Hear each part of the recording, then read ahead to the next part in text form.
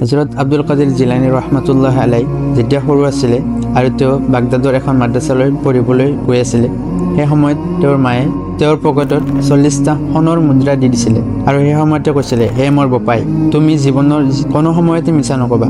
আৰু তেওঁ ঠিক তেনেদৰে বাগদাদৰ কাফিলাৰ সৈতে ৰাওনা হ'ল। মাজ ৰাস্তাত ডকাইতৰ এটি দলে এই শিশু আব্দুল কাদিৰ জিলানী ৰহমাতুল্লাহ আলাইক ধৰিলে আৰু সেই ডকাইতৰ দলৰ দলপতিজনে সুধিলে, হে সৰু ল'ৰা, তোমাৰ ওচৰত যদি কিবা পইচা আছে বা কিবা বস্তু আছে আমাক দি দিয়া। তেতিয়া তেওঁ ডাইৰেক্ট সঁচা কথা কৈ দিলে, হয়, মোৰ কাষত 40টা সোণৰ মুদ্ৰা আছে। তেতিয়া ডকাইতৰ দলপতিজনে ভাবিলে তেওঁ চাগে ধেমালি কৰি আছিলে, ক'লে, তুমি ধেমালি কৰি আছা নেকি? তেতিয়া শিশু আব্দুল কাদিৰ জিলানী ৰহমাতুল্লাহ আলাই উত্তৰ দিলে, নহয়, সঁচাই আছে।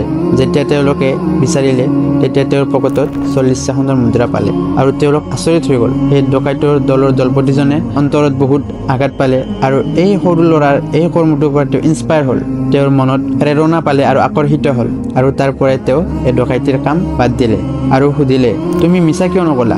তেতিয়া আব্দুল কাদিৰ জিলানী ৰহমাতুল্লাহ আলাই উত্তৰ দিলে, মই মাৰ সৈতে শপত লৈছোঁ যে মই কেতিয়াও মিছা নকওঁ, সেইবাবে মই মিছা নকলোঁ। আৰু তেতিয়া ডকাইতৰ দলপতিজনে ভাবিলে, মইতো আল্লাহৰ নিয়ম অমান্য কৰি আহিছোঁ, বছৰ বছৰ ধৰি তেওঁৰ নিয়মৰ বিৰোধ কৰি আহিছোঁ, কিন্তু মই এতিয়ালৈকে ভাবা নাই সৰু ল'ৰাজনে সৰু শপত এটা ভাঙিবলৈ টান পাই আছে। তেতিয়া তেওঁ এই কামবোৰ গোটেই জীৱনৰ বাবে বাদ দি দিলে।